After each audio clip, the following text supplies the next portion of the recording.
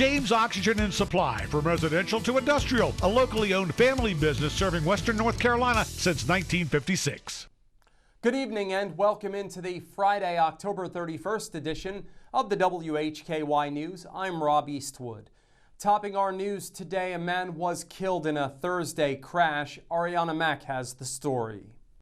A Hickory man was killed in an Alexander County crash. The deceased is 42-year-old Jesse Wayne Walker. On Thursday at approximately 2:30 p.m., the NC State Highway Patrol responded to US 64 near Liberty Grove Church Road in Alexander County. A black 2010 Dodge Nitro drove left of center and collided head-on with the 2020 Freightliner tractor trailer. The driver of the Dodge Nitro, Jesse Wayne Walker, passed away as a result of his injuries at the scene. The driver of the Freightliner was not injured. The initial investigation indicates impairment was a contributing factor in the collision. No charges will be filed in this case. During the on-scene investigation, US 64 was closed for approximately 3 hours. Reporting for WHKY, I'm Arianna Mack.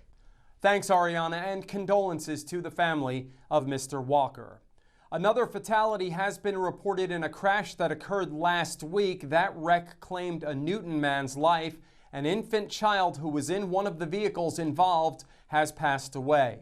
As we previously reported, 40-year-old Christopher Shea Hauser was killed in the wreck. On October 25th at approximately 9:10 p.m., Highway Patrol responded to Settlemyre Bridge Road near White Oak Drive. A 2019 Nissan Altima traveling east on Settlemyre Bridge crossed the center line and collided head-on with a westbound 2018 Infiniti Q50. The driver of the Nissan, Christopher Shea Hauser, passed away from his injuries at the scene. The driver of the Infiniti, a Newton resident, sustained critical injuries and was transported to an area hospital. One adult passenger and 2 children in the vehicle were also taken to the hospital with life-threatening injuries. One of those children has since passed away. No charges will be filed in this case. David Cedrone attended a ribbon cutting for a local YMCA. He filed this report. 5, 4, say it with me, 3, 2, 1. Build your community. Mayor of Hickory, Hank Guest, we're at the ribbon cutting for the YMCA in Hickory. Tell me more about what's going on here today and why you're here. Well, I'm here obviously because of our great partners, the Hickory Foundation YMCA. This has been part of our community as far back as most people can remember. And to have this addition and to see what they're going to be able to do in the future for folks is just exciting, and I'm happy to be here. All right, great. So we are celebrating an initiative that has been going on for over 5 years, almost 6 years. And it is culminating a lot of people's efforts, not only giving, but transforming several facilities. Obviously the Hickory YMCA, but it started at the Conover YMCA. We renovated a child development center, our Shuford YMCA, and obviously what ended up being transformationally expanding our Hickory YMCA. And so we're excited about that, and a lot of people leaned in during COVID, after COVID, to see what it would mean for our YMCA to continue to transform and serve the next generation of YMCA users, just like we've continued to serve people over the last 50 and 70 years. In Hickory, live at the YMCA for WHKY, I'm David Cedrone.